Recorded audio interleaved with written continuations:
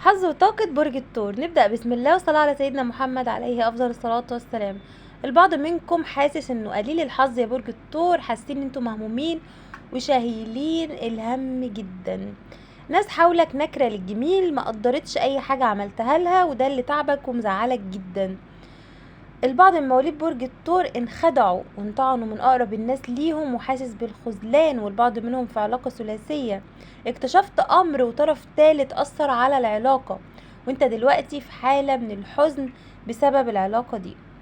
لكن انا شايفة ان في رجوع قوي للعلاقة انقطعت بسبب علاقة ثلاثية يا برج الثور. في رجوع بينك وبين الشريك، انت مرتبط بيه جدا وبتفكر فيه دايما ومش قادر تنساه. لكن البعض منكم انهى فعلا العلاقة دي وقرر انه ما يرجع لهاش تاني، والبعض استشفى وطهر نفسه من علاقات سامة في الماضي.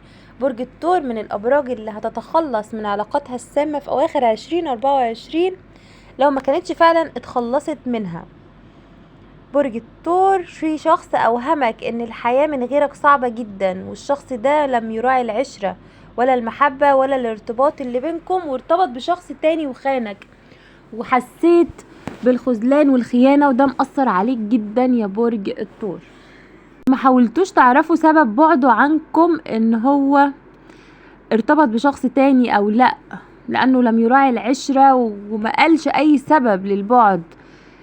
انت كرامتك كانت عندك اهم شيء يا برج الثور، ما حاولتش تعرف عنه حاجة ولا تعرف اسباب البعد اللي كان فيه. عندك بطاقة اكتئاب وتوحد. برج الثور مكتفي بنفسه، قافل على نفسه الابواب، علشان بتحاولوا تتخطوا العلاقة السامة اللي مريتوا بيها والخذلان والخيانة اللي تعرضتم ليه يا برج الثور. انتوا بدأتوا تبقوا اقوى من الفترة اللي فاتت، وبدأتوا تسترجعوا ثقتكم في نفسكم مرة تانية.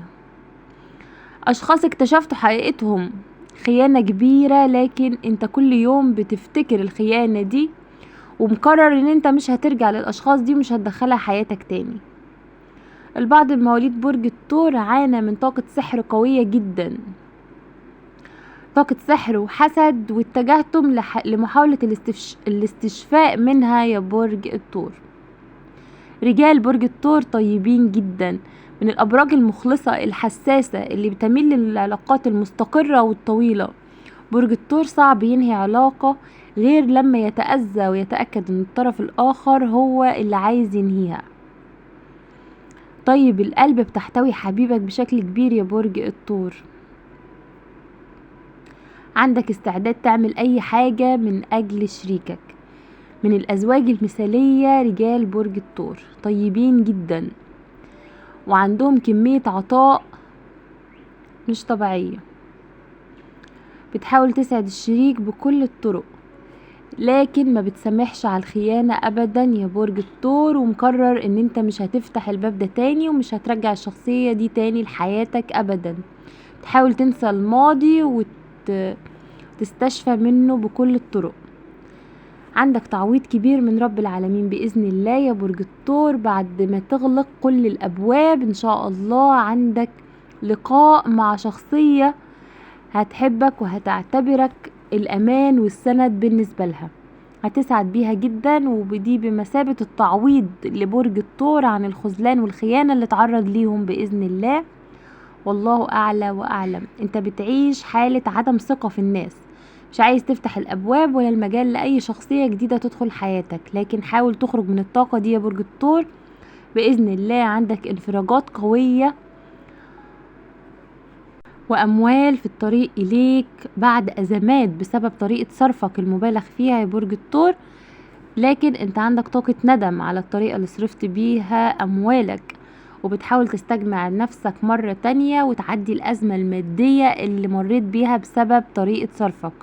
إن شاء الله الفترة اللي جاية عندك تعويضات كبيرة جدا من رب العالمين، انفراجات مالية بعد أزمة كبيرة مريت بيها إن شاء الله، والله أعلى وأعلم. عزيزي مواليد برج الثور، لو وصلت معايا لحد هنا في الفيديو ما تنساش اللايك والاشتراك، واسيبكم في رعاية الله وحفظه. ما تنسوش الصلاة على النبي في الكومنتات، عليه أفضل الصلاة والسلام. والسلام عليكم ورحمة الله وبركاته.